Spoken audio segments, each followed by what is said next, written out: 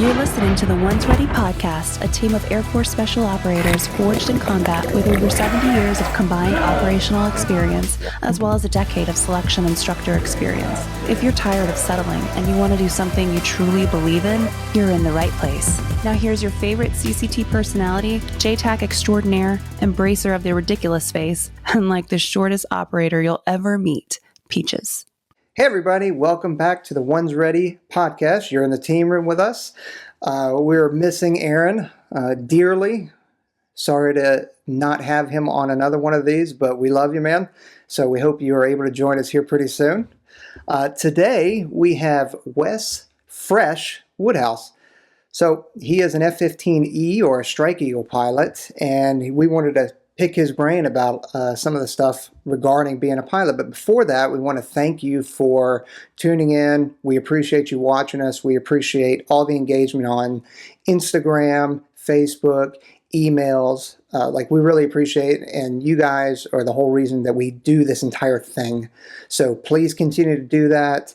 As annoyed as we get, when we get asked what is our day-to-day life, especially Trent, it doesn't piss anybody off but Trent. So please continue to ask those questions. Yeah, and if you ask us, we're going to forward it to him. Yes. So also we have friends out there. As you guys know, we have Alpha Brew Coffee Company. We've got Trench Coffee Company, got Eberly Stock. We've got Hoist. We've got Strike Force Energy, new ones, Cardo Max that we've brought on, Outer Regs Pomade. So we've got a bunch of friends out there who are all supporting us, and in turn, we support them. So you guys can go check them out and use the promo code One's Ready and get yourself a discount. And it just shows that you support us and you're supporting them. So Fresh, I hope you don't mind. I'm just going to call you that because I'm just so used to call signs. So that's what we're going to go with. Why don't you dive in a little bit, give us a bit about your background and where you come from and what you're doing. Yeah, so like you said, I'm Captain Wes Woodhouse. I'm currently stationed at Nellis Air Force Base. I've been in the Air Force for just over 7 years, flying the Strike Eagle for the last 5. I've been... Actually, my wife and I laughed about it the other day. I've been stationed in every single time zone in the continental United States, which is interesting. And so doing the Air Force thing, live here with my wife and then my 2-year-old daughter and my dog. Love flying jets. Love having conversations like these with other smart guys and other guys who are out there getting the mission done for the U.S. So love that, and thanks for the opportunity to come on. Yeah, absolutely. I mean, it's kind of the first for us, I think, to have a fighter pilot on. So it's super interesting. But I think one of the things we try to do is kind of go through things chronologically. So from the beginning, some of the questions that people ask is like, where do I start? What's the best place to get the training or go to school?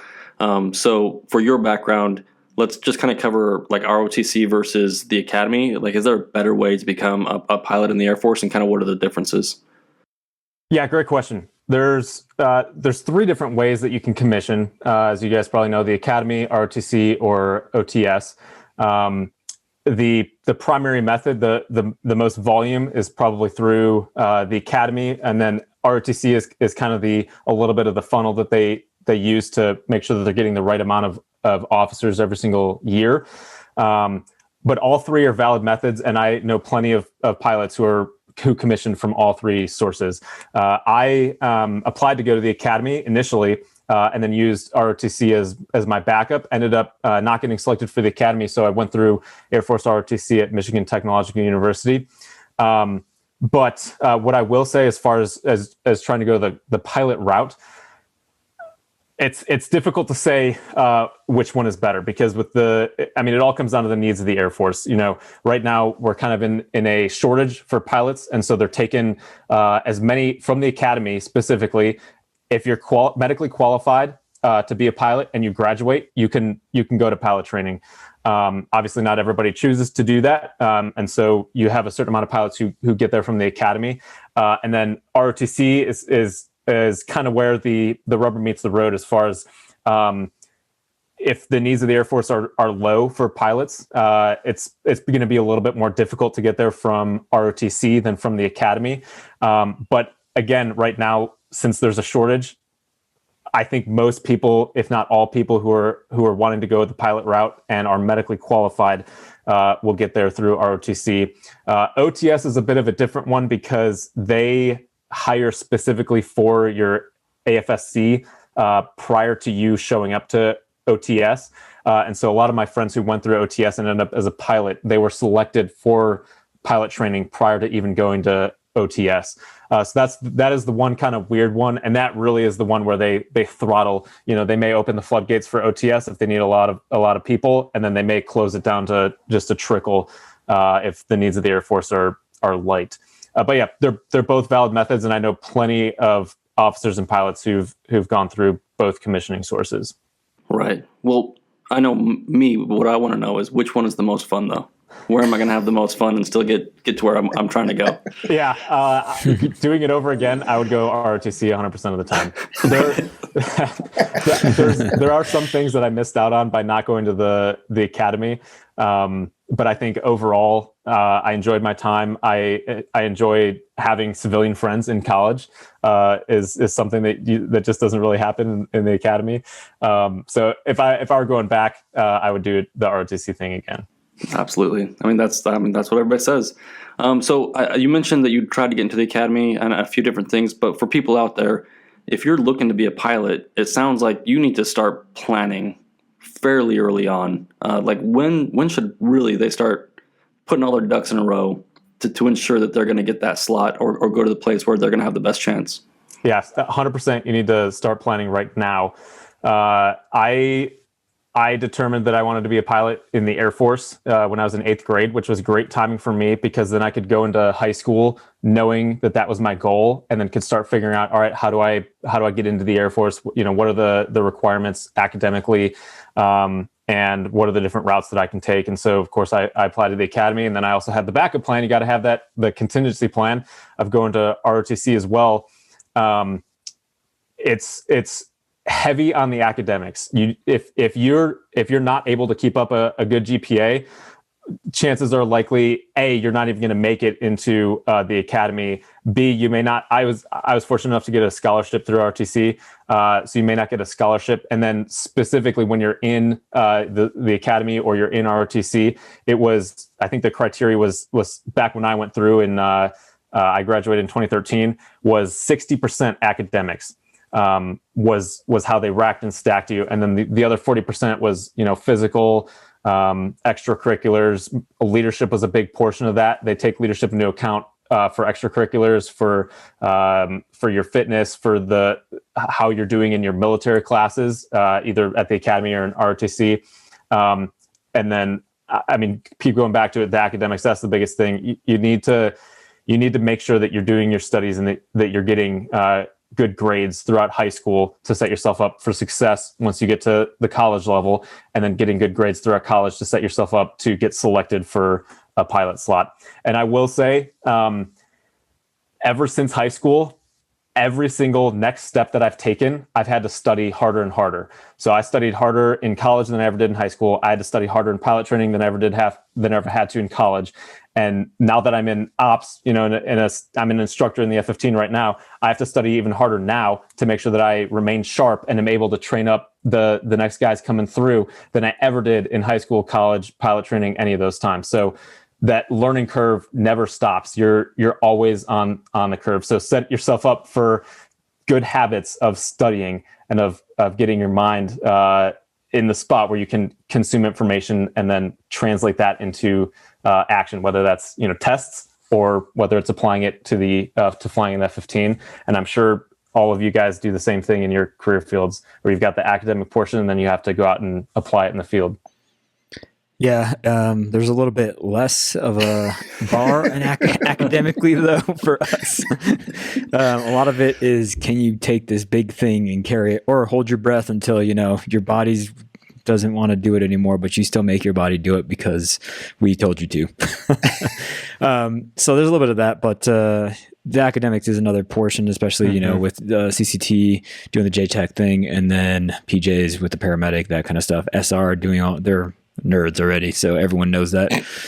Tough nerds is how Trent puts it. So basically you want to do this since 8th grade.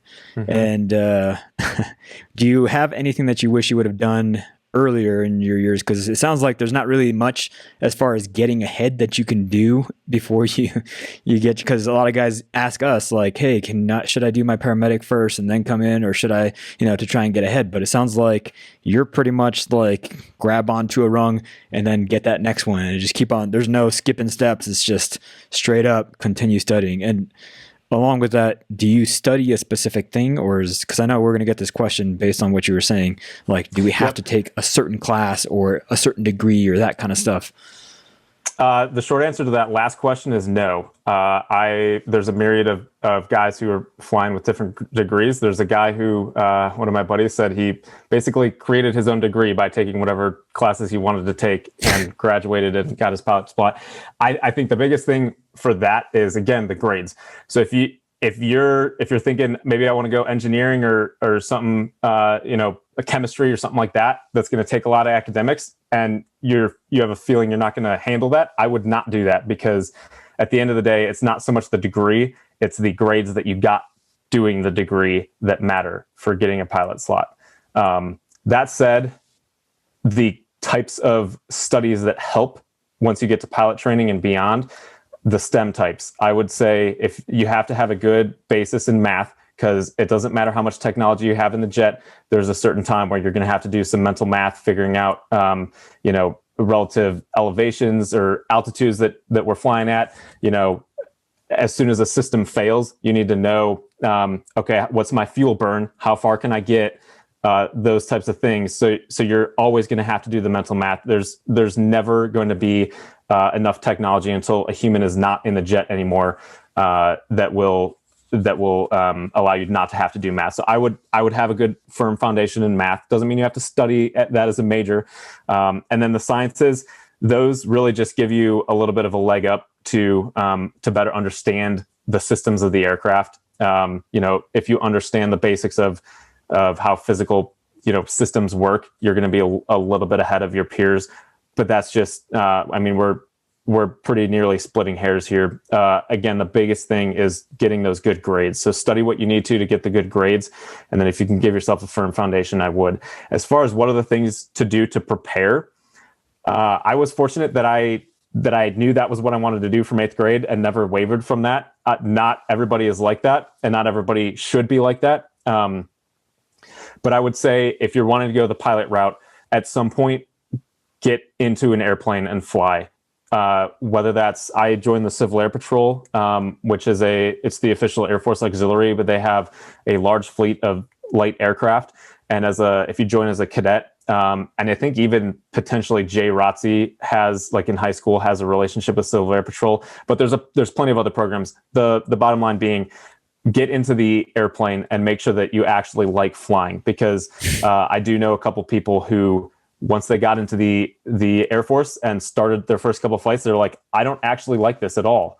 And so they ended up going to do something else. And so I bet the Air Force was pissed about that. Well, they have screening programs just like your pipelines. And so you get weeded out pretty quick if that's going to be the case when they haven't invested too terribly much into you. But just get in the air, take an hour or two of instruction and just make sure that it's something that you enjoy.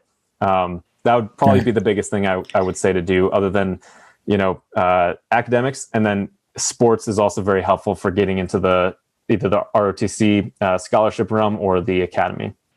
Okay.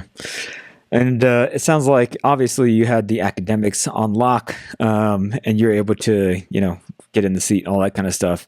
As far as jets go, Peach obviously knows a lot more than I do about any of these jets. I'm stationed at Hill, F-35s, that kind of stuff over here. Those seem pretty cool also. They seem like they go really fast and stuff. What drew you to the F-15E model?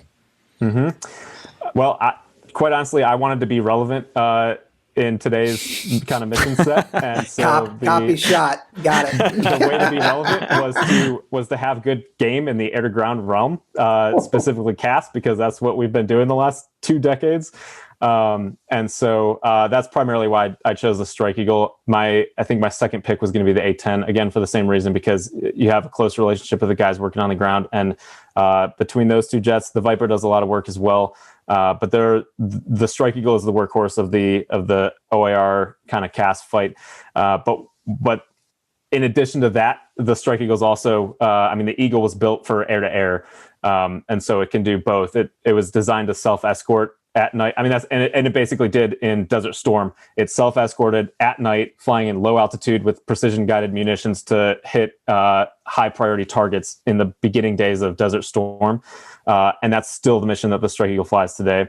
Hopefully, we'll be getting into some more exciting things here in the near future. But that was the primary draw. I wanted to get out there and put some more heads on foreheads with you guys. Yeah, we'll get into some of that JTAC stuff here in a little bit. But as far as flying in general, because obviously it takes a big chunk of your life, and just like the missions and training that we do hanging around the similar people to us, it kind of changes the way your perspective of your world and how you kind of view things. What would you say the biggest impact that flying in general and being around these kind of people that are, high achievers and they've, worked their whole life to get to this point and be able to do this. What would you say the biggest impact has been for you, just being a part of the community and being able to fly in a fighter jet? I think kind of like what you said, I'm privileged to work with a lot of really awesome people who are driven to achieve and to be the best that they can be, so that we can provide the Air Force. It comes down to the 18-year-old with a rifle at the end of the day, who's on the ground, who's making the mission happen. As fighters, we're in support of that. We're either opening the door air to air wise to be able to get other assets into the area, or we're helping to keep an eye on or attrit any enemy fighters who are affecting that 18-year-old on the ground and preventing them from doing their mission. But being around a group of people who is so focused on that as their priority and becoming as good as we can be personal development wise, but then also proficiency wise in the aircraft, it's motivating, and that is why U.S. fighter pilots are the best in the world. It's because we have that constant improvement mentality. It starts from the mission planning and then goes through the brief, and then you do the execution, and then you get back and you debrief every single mission, and you go through everything that happened from the start, which is mission planning, to the end, and you talk about the things that went well, what didn't go well, why, and then how we can be better tomorrow. And then one step further, how we can tell our bros so that they can go out and be better tomorrow as well, from the lessons that we learned today. And I think that's the biggest thing. And that concept applies to any aspect in life. It's not just for fighter pilots. It's not just for JTACs and PJs. It applies everywhere. If I'm going to do my workout and I get done and I'm like, all right, so what went well there? Mentally, I was not prepared when I walked into the gym. And so I had an awful workout for the first 20 minutes and felt like the whole thing was a waste. Okay, so how can I go back and before I step foot in the gym, make my mind right so that I can crush this workout? What are the steps? I think a morning routine is something that everybody should have.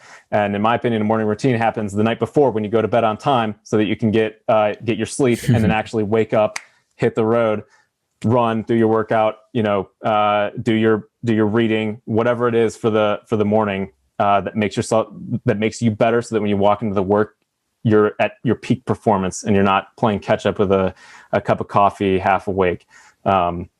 So just that mentality of, let's get this thing done and let's do it as well as we can and make sure that we're improving all along the way.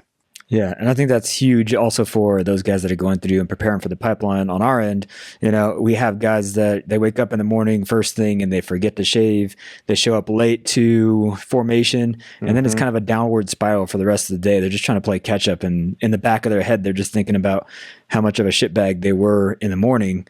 And then it just, it kind of flows into everything else you do for the rest of the day, because that's what you think of yourself. And you're just like, I just can't get this right.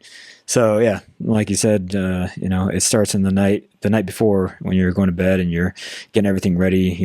I tell people, like, You set your clothes out, get everything ready to go. Your backpack's all ready, like your drink, whatever you got. Pretty much always set your lunch in the fridge, that kind of stuff. So, it starts with the preparation, and that's very important. So, speaking of which, I know you probably haven't, hopefully haven't had to see a PJ in real life and have them pick you up or anything like that. But have you done any training or any of that kind of stuff with PJs before? No training with PJs specifically. The closest thing, and I don't actually know if there were PJs involved. I'm sure there were. There was a mission gone wrong I was in OIR where they were clearing out a bunch of ISIS caves, and that had been destroyed the night before, and it turned out they hadn't been 100% destroyed because there were still fighters there. Long story short, it was a coalition fight, but a couple Americans got pinned down and injured, and then the next 12 hours were spent, assembling the forces and getting these guys out. I was flying. My 2 ship was overhead for the last couple hours when they finally cleared out everything else, got access to the casualties, and then had the helicopters coming in and pick them up. And so we actually watched as the helicopters came in. They retrieved the guys and then took them out, and then we followed the rest of the convoy most of the way back to their home base for cover. That was probably my most memorable sortie. I didn't drop any bombs or anything like that, but just the gravity of what was going on at that point, and the fact that there were Americans who were separated from their team and in a extremely precarious position with injuries was something else. The cockpit, I mean, normally we don't have a whole lot of chit chat in the cockpit. It's a sterile environment for the most part.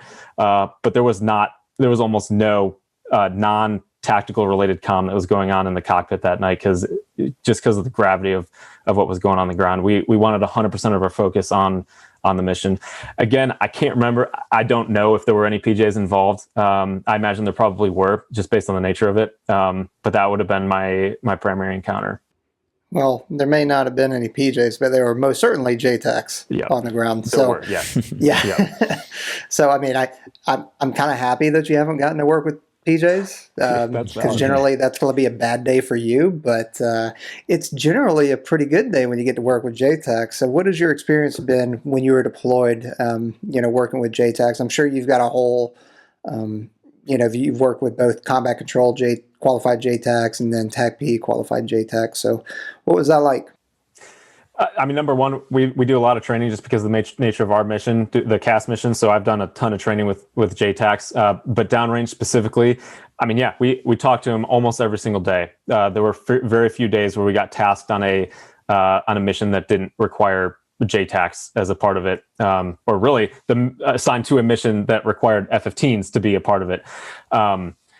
So yeah, I mean, I flew 100 combat sorties, and I would say probably 70 of them or more were working with JTACs. We're calling them up, getting the two-way comm with them, and then not all of them. There was a whole heck of a lot going on, but some of them got pretty intense at some points. I think the biggest thing that I respect of the JTAC community is the fact that you guys are on the ground, you guys are carrying all the equipment, you're probably embedded in a unit that you're largely unfamiliar with, at least at the beginning, whether that's an Army unit or otherwise, and you are the one tie to the American air power that's available overhead and responsible for taking in the tactical situation that's happening on the ground, however it ends up developing, making sure that the ground commander's intent for how much risk we're willing to accept, and at what point we're gonna go kinetic and ask for some air power, and then coordinating that in such a way that you're keeping all of the air assets safe. You get into a stack and you check in, and there's 3 drones and and a couple other assets and a couple of different formations of fighters. And the fighters are trying to do a handoff, and we've got the JTAC on the ground who's checking everybody in and handing out sensor taskings. And sometimes it's difficult for us to keep up on all the comm that's happening and keep situational awareness on the overall tactical picture and what's going on. I have huge respect for you guys able to do that on the ground. We've got the advantage of a God's eye view of the battlefield, and you guys don't always have that. But I think the biggest thing is it usually always comes down to communication, and I'm not talking like the actual physical radios. I'm talking what is said on the radios in the minimum amount of comm time to get everybody in the stack and in the fight and on the net in the same picture with the same vision of what we need to get done, and then go out and execute. For us, you give us a sensor tasking, track this house or track this car, or clear out a road that's incoming to where the operation is happening, and then we have to make the decision of, okay, do I talk about this or do I not? But for the ability for the JTAC to give the air crew a sense of what's important and what's not important, to be able to reduce the comm time so that every single piece of comm that's put out on the net is SA increasing for everybody and not SA decreasing for everybody. Because the second somebody comes in there unshaven, late to work, they didn't have their morning coffee, and they key the radio, don't say anything for the first 15 seconds, and then just mouth vomit a 3-minute conversation.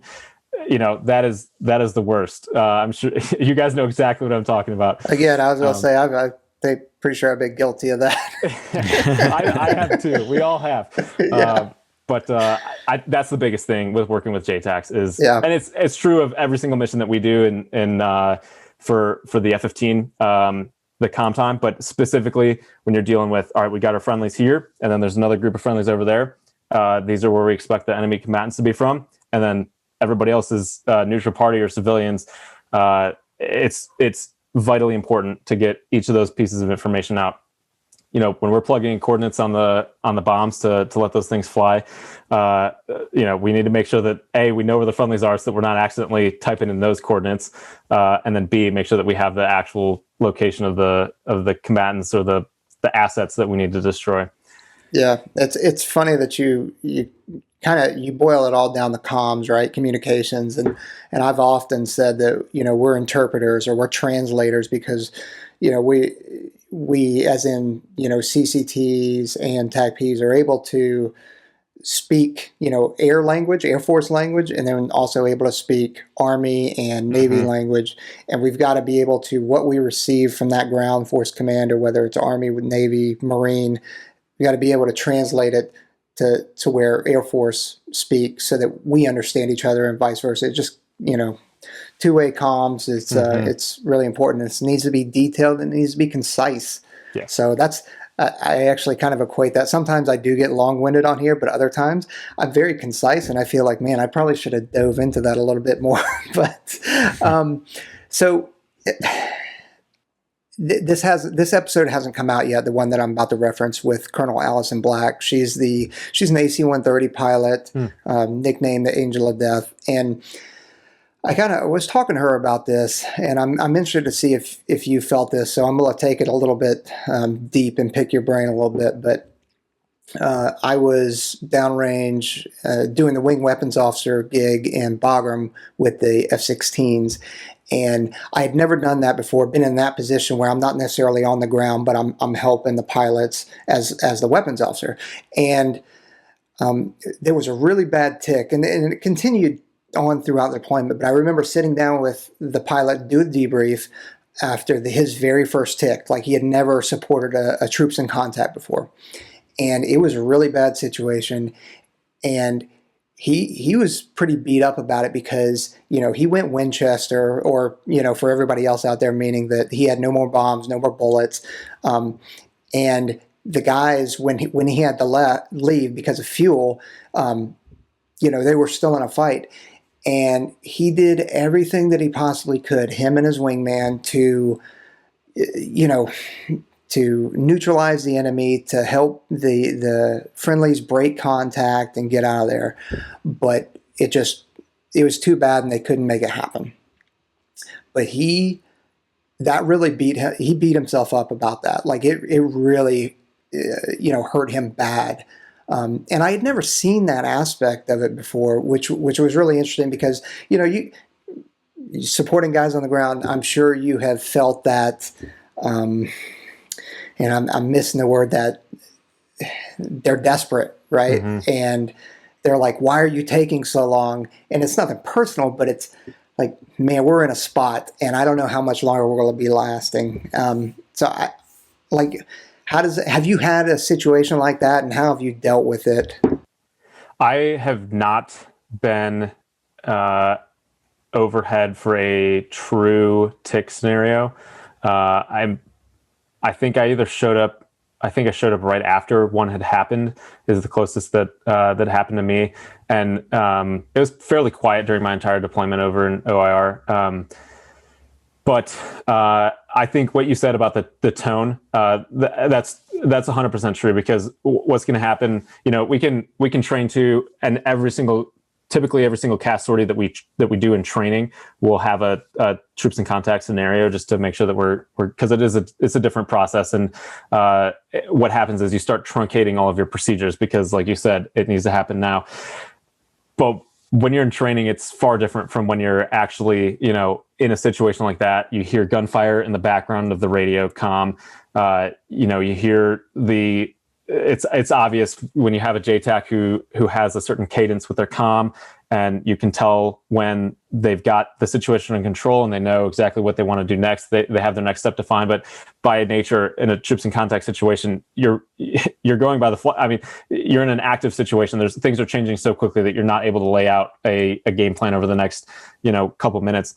And then hearing that tone in the voice, it kind of brings you into the scenario. What we talk about a lot is trying to make sure as the aircrew that we try and keep ourselves slightly out of the scenario, so that we can keep the bigger picture SA. Because when you get into the scenario and you're starting to do things quickly, that's when you're more likely to make mistakes, like dropping on your friendly chords that you have written down on your card. And it always comes back to, once you release the bomb, you can never take it back.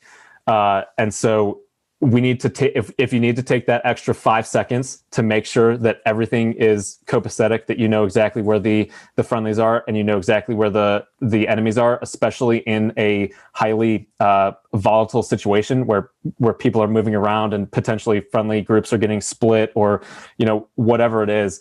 That is when you need to be even more aware and even more judicious about the processes that you're going through, and how you're setting up your systems, and making sure that your notes are correct. And then, going back to the comm piece, that's where the comm is going to be the most vital, because you need to get those critical pieces of information, and you cannot mess them up. Because if you put a bomb in the wrong spot, you're either wasting, at best, you're just wasting that 500 pound or 2,000 pound bomb that could be used, or worse, you're going to hit near, or God forbid, right on top of that friendly position, and then just make the whole entire situation far worse than it ever was before. So that's why it's sometimes messy. I've never been in a firefight on the ground, so that's something that I will hopefully never experience. But that's where you get drawn into that situation, and it is sometimes difficult to take that one step back and make sure that you're taking in all of the inputs and you're making good decisions. And then it's for the aircrew. For us, it's the flight lead is off to the tanker and leaving the wingman over the troops in contact to start doing the job all by himself. He may have only been flying the jet for 6 months, and he could be the one who's delivering your 5,000 pound bombs. But now you've got your 500 pound bombs, but now you've got the flight lead going off to the tanker. Now he's talking to the air controller, being like, hey, we need to we're going to be bingo. This tanker's out of gas. We need to get another formation out here now, like yesterday. And so they start coordinating all that stuff while trying to keep up on the fight, tracking where the bombs have hit, where the enemy location has changed to, where the friendly location has changed to. Mm-hmm. It's intense. And like I said, it's something that you really can't train to. And luckily, I've never been a part of a situation like that. but like that the op that I referenced that went wrong and we had to extract those guys. Yeah, you land, and I mean it's you think you go to bed that night and you're running through your mind, what could I have done better? What how could I have helped the fight? You know, is there something that I could have done more in order to make sure that our boys on the ground are going to get out there alive and have a successful mission and everything. So I'm not surprised at all that you had that scenario with that F-16 pilot. Well, that's why it's another reason why I think it's important for JTACs to get ride-alongs, you know, whether it's in, you know, two-seater Vipers or Strike Eagles. At the same time, whenever we're out at the range, especially at Nellis, because it's very doable at Nellis, getting you guys to come out on the range with us and just to see, because you know, when we're out there and we see and hear bombs go off or you guys come in for a strafe, like, yeah, it's very audible for us, and there's a solid reaction. Whereas for you guys, when you pickle it, that's it. There's no sounds. There's nothing like that. It's just you know, and then you're kind of looking through the pod or looking through the canopy and see like, okay, where'd it hit, kind of thing. So it's just a very different perspective. And you've used. I'm curious now, and we haven't talked about this before. I'm curious. Some of the language that you used. Are you an instructor at the weapons school now, or are you about to go thinking about it? No, I'm considering going to weapons school. I'm currently in operational test. And so we're, you know, all the fancy new hardware and software that's coming onto the Strike Eagle, we get to test that out and then develop the tactics for it and everything. So almost everybody that I work with is a weapons officer. But no, I'm an instructor. I'm an ops instructor in the F-15. Well, hopefully I didn't jinx you. It is down the street. And actually, I flew with them last week. I got to be number 4 for one of their rides, and that was pretty cool. Good. Nice. Well, for a little peek behind the curtain, the reason that you're here is you met up with our own Aaron Love. That's right. And I'm curious, Aaron being such a shy and you know, that type of person, how'd you get him to open up and start talking to you? Did you guys start talking about BJJ? Because I'm pretty sure that's all he ever talks about. It's funny that you say it. So I was at SOS, the captain's school for the Air Force, and he was at his master sergeant's school. I can't remember the exact name of it, but something at the Air Force Development School. Senior NCO Academy. There we go. Yeah. So we ended up in the same Zoom call together. It was just like an integration with the two different schools. And it was actually somebody else who mentioned that he was in a podcast and that's all he ever talks about. That came up, and I ended up reaching out to him, and the rest is history. But yeah. Okay. He does like to hear himself talk, though. If that's, I mean, I can barely get him to talk to me. I don't know what we're all talking about. So a little bit back to becoming a pilot, I guess. If we have current officers or enlisted people that want to retrain from like active duty or from the guard side, is that difficult? And do you guys see that very often? I have seen it. There was a guy. One of my buddies in my pilot training class had just put on Master Sergeant when he ended up going through OTS and then getting a pilot slot and flying. He flies C-17s now. And then as I was in ROTC, there were a handful of prior enlisted guys who I went through ROTC with as well. As far as the difficulty of it, I couldn't say. I just don't know. It is possible, though. And I would say if that's something that you're interested, probably let your commander know, or your flight commander or whoever it is know as soon as possible that's the route that you want to take. As far as getting to be a pilot, all of the same things that I just talked about still apply. You need to have good grades wherever you got your bachelor's degree. And obviously they're going to look at, if you're prior enlisted, they're going to look at your enlisted career. And so making sure that you're currently being the best that you can be, being a leader in your section or organization, whatever it is, going the extra mile, make sure that you're, it's everything. If you're getting poor scores on your physical fitness tests, that's going to be a major thing that they're going to look at. And taking you against an equivalent who has been getting good scores, they're going to take the other guy every single time. So across the board, you need to make sure that you're doing your best and you're going above and beyond, and making sure that you're building up as good of an application as you can for that review board. I think they have separate review boards. If you go the standard route, like if you end up going to the academy or you go to ROTC, you'll be grouped in with everybody else. And so you may have an edge just because you are more familiar with the Air Force and how the Air Force does leadership. But as far as getting to the point where you're transitioning to a commission, I just am not experienced with anybody who's done that outside of the couple guys that I knew in ROTC. So no worries. We get a lot of questions, but I will say from our side, one of the things you talked about, I deal with a lot of people trying to retrain into our community, and that's a huge thing. Is wherever you're at in the Air Force or in the military, if you're like, well, I don't like it here, so I'm not going to do well at my job, but I promise that when I come over to become part of special warfare, I'm all of a sudden going to be like this high performer. No one believes you. No. You're never going to get picked up, so. Last thing for me, I think, for this section is I know it's not like the movies, but like I think people out there, whether it's you or it's us, they tend to think things are like the movies. But I know I've had certain experiences in my career where it is that kind of like that moment, where you look around and you're like, I cannot believe that I'm getting paid and paid extra to do this thing, and it was all worth it, and it may only be like a 5-minute thing, or it may only be while you're falling through the sky for us. Hopefully you're not ever falling through the sky. But have you had any of those moments where you just look around and you're like, I can't believe I made it here, like all that hard work totally paid off?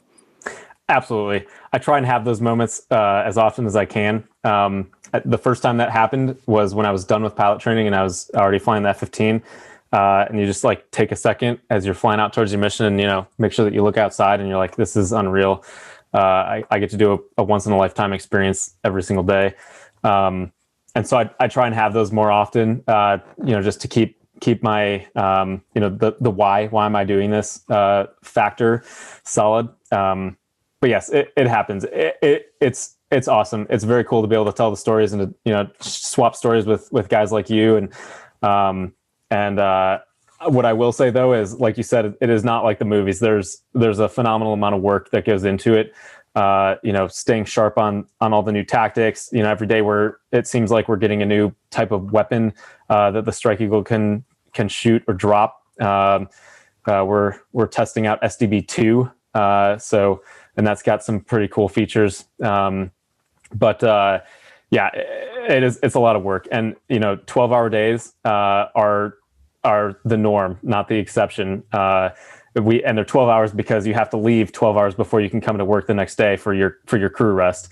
And so it's long days. It's a lot of work. You're always trying to stay on the top of your game so that when it happens, you've got all of the knowledge up there and you can apply them. You got to take those moments. It doesn't matter what you do. You got to take those moments and appreciate where you've come from and where you are. Yeah, especially in the military, you just get so many unique opportunities that most other people just don't ever get to have, especially in different countries, doing things that, a 20 whatever year old, whenever you first came in, doesn't ever get to do. And I had a lot of those moments, when I was like a senior airman who's jumping out of a plane, and like I literally just graduated high school a couple of years ago and never thought I would be in a different country jumping out, or like, it's pretty awesome to do.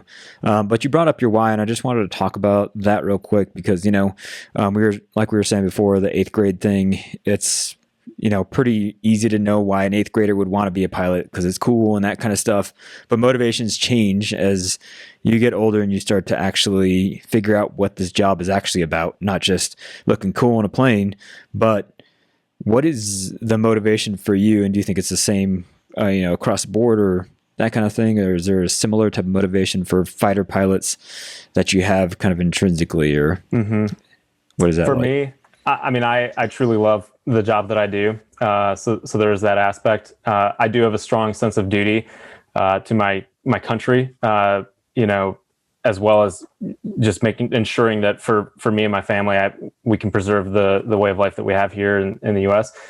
So that's probably the biggest part of it. It doesn't matter what war we're fighting. There's going to be, people who are U.S. people, fighters, soldiers, who are fighting in those wars, and whatever I can do to to help them. Whether right now for me, it's getting the best weapons that we can and making sure that they can be implemented in the most optimal way, and that the people who are in the operations squadrons are trained on them so that they can go out and employ them. That's the biggest thing for me. It's pretty cool being in this job now because I've got a lot of impact on where the Strike Eagle is going in the future, and getting to see some of the cool new gadgets and toys that we'll get to fight with in the near future. And yeah, really, it's equipping the fighters who are doing the job. So that's my why. I also think just generally, I'm a huge proponent of leading yourself, leading your family, leading your peers, and then leading the fight in whatever type of application it is that you're taking to the fight. I think it all starts with yourself. If you're not preparing yourself as a leader and a fighter and the best possible person that you can be to apply it to whatever it is that you do, then you're skipping step number 1 and you're just trying to jump into step number 2, and it doesn't work as well as it can when you skip step 1. And I think you guys get into a lot of that on your podcasts. So you guys know exactly what I'm talking about. Yeah, and I think just having a purpose and being able to actually carry that out, it's a really powerful weapon that you're able to drive in order to change the way that a battle is going to end up. So being able to impact the battlefield that way is definitely asymmetric force. Yeah. Exactly.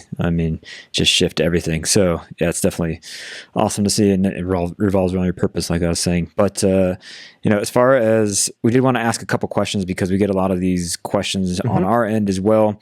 But getting into the pilot's training, because we have class 3 flight physicals that we have to go through and that kind of stuff for PJs. But are there any common questions that you get or common themes that you've seen from people as far as medical history, asthma, ADHD, all those different things? Do you have to be like a perfect person basically and have 0 issues when you're going in, or is it kind of like there's some gray area here and there, or how does that work? Yeah, short answer, no, you don't have to be the perfect person, but if you can be as perfect as possible, that's obviously helpful. You do not need to have perfect vision. That's usually the biggest one that I get asked. You don't have to have 20/20 vision, but you do need to have it correctable to 20/20, and it can't be any worse than a certain level. And I can't remember what that level is. Don't go ahead and get eye surgery just so that you can make it in. I would rather you have the Air Force pay for it and make sure that it gets done right. And by their standards, because I have heard of a case where somebody went out and got eye surgery, and then that surgery itself disqualified them because I can't remember if it was the specific procedure or what happened there. But waivers are easier to get after you've already been selected and after you're already wearing the flight suit than they are to get in order to get to that point. So the Air Force doesn't like concussions. So make sure that you're not doing stupid things and giving yourself concussions just for funsies, because that will bar you from getting in. But I think a lot of it is you're going to see a lot less waivers when the Air Force doesn't need pilots, and you're going to see a lot more waivers when the Air Force does need pilots. So some of it is just luck and timing. They're not going to write a waiver for anything, but depending on that is how they kind of open and close the throttle, if you will, we can just medically disqualify some people because they haven't reached a certain level, which some other people are. For example, height. For an ejection seat aircraft, you can't be any taller than, I think it's like 6'4" or 6'6". Actually, maybe 6'2". And I know multiple people who have waivers for height, both short and tall, actually. I was going to say, what's the short one? I can't. I want to say it's like 5'6". But I know somebody who's like, it literally just says peaches right there. Yeah, it's probably more like 5'4". I can't remember, but there's somebody who's far shorter than the minimum who I know who. Yeah. I think a couple people. So there are waivers for just about anything. It just depends again on the needs of the Air Force. I think 5'4" is probably the cutoff. I remember in my F-16 ride, that chair. They bumped the chair all the way up, but I was barely able to see over. There was a sign that said you must be this tall to ride. Yeah, That's right. Yeah. Bring your kid to work day. Yeah. Come on, keep it coming. We'll do this all day long. Yeah, he mentioned height, and I saw Jared just perk. He was like, whoa. Let me stand up a little bit taller. You can just aim the camera down. I mean, no one can tell. Yeah. Anyway, so the other thing is age. We get that a lot. 39 is the cutoff for us. And if you're prior service, you can get that deducted. Is there an age limit for you? And then also the other age question is when are you too old to be a fighter pilot? Like, are they going to look down on you for being a certain age or older, that kind of thing? I mean, there's a 2-star general who flies somewhat regularly in my squadron. I couldn't say how old he is, but he's obviously a lot older than the median fighter pilot age. So, no, there's no limit to how old you can be and fly in fighters or just in aircraft in general. But most likely, just by nature of the jobs that you can have in the higher ranks, you're probably not in a flying billet. And the guys who do get to fly, the general officers who do get to fly, usually pull some strings in order to have an assignment or be stationed close enough to a base that flies their type of aircraft, and then come up with a relationship with the squadron. As far as age for becoming a fighter pilot, there is a limit. I want to say it's 30 years old to apply, or you have to be younger than 30 years old when you would start pilot training. But again, there's a waiver for anything. Most likely, you're only going to get an age waiver if you're prior enlisted, though. If you're just coming in off the street trying to fly jets and you're 35 years old, that's probably not going to happen for you. Like I said, for the old guys flying, it's typically the job that takes them out of the seat, not their age. Okay.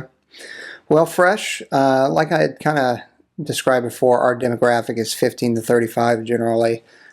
So you've hit on a bunch of different stuff ranging from mental toughness to mental readiness to your why to so many of the benefits that are part of being a pilot and the Air Force at large.